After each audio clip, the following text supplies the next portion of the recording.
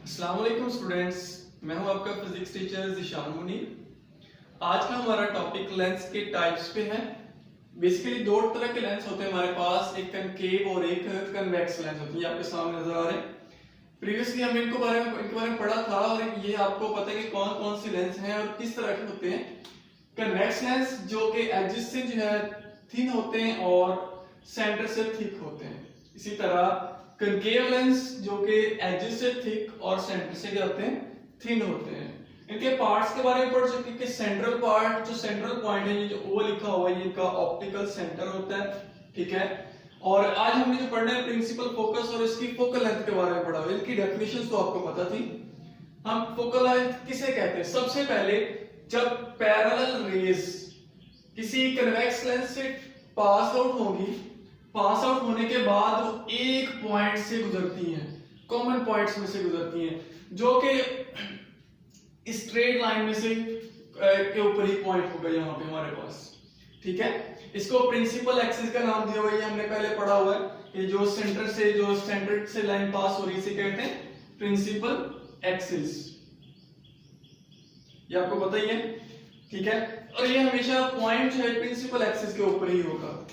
अब इस पॉइंट को जहां पे ये लाइट कन्वर्ज हुई है, ठीक है, कन्वर्ज मतलब कि एक ही जगह पे फोकस हुई है, इकट्ठी हुई है, उसको कहते हैं प्रिंसिपल फोकस, ठीक है, जो कहते हैं प्रिंसिपल फोकस। और इसको F से रिप्रेजेंट किया जाता है।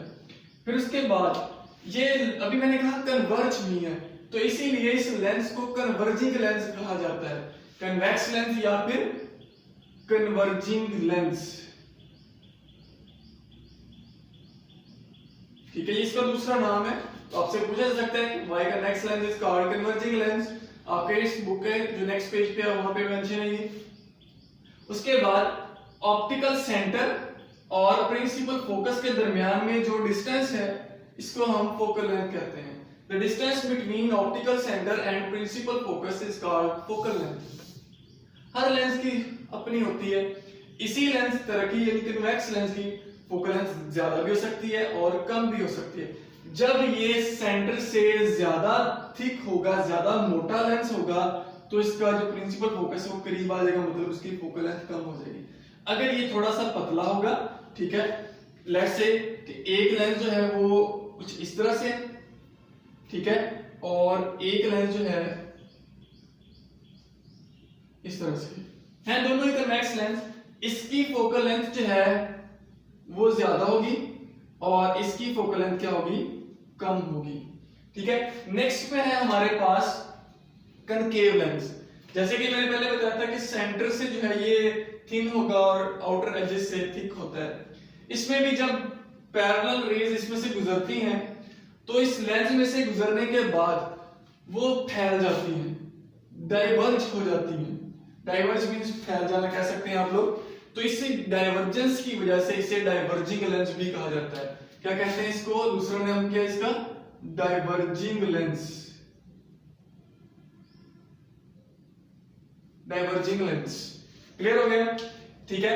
अब ये जब फैल जाती है तो हमें इमेज नजर नहीं आता, कहीं पे किसी पॉइंट पे मिलती नहीं है। फिर क्या करते हैं, हम इनको बैकवर्ड ड्रॉ करते हैं डॉटेड लाइन से। फिर जिस पॉइंट पर आकर ये मिलती हैं उसको हम प्रिंसिपल फोकस का नाम देते हैं।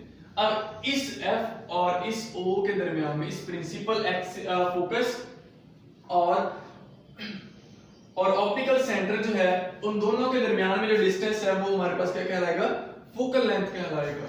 अब यहाँ पे जो है ये इमेजिनरी होगा और यहाँ पे रियल है। याद रखिएगा, जब कभी सीधी डायरेक्टली रेज को मिलान में कहीं एक जगह पे मिलकर इमेज बनाती हैं उसको हम रियल कहते हैं। अगर हमें खुद से जैसे डॉटेड लाइन है बैकवर्ड से ड्रॉ करना पड़ेगा तो ये हमें इमेजिनरी इमेज मिलेगा। यहाँ पे इमेजिनरी इसका फोकल पॉइंट होगा, यहाँ पे प्रिंसिपल फोकस होगा। क्लियर हो गया? ये था हमारे पास लेंस के बारे में, ठीक है। होप सो आप लोगों को समझ आ गया होगा। अपना ख्याल रखिएगा। ओके, अल्लाह हाफिज।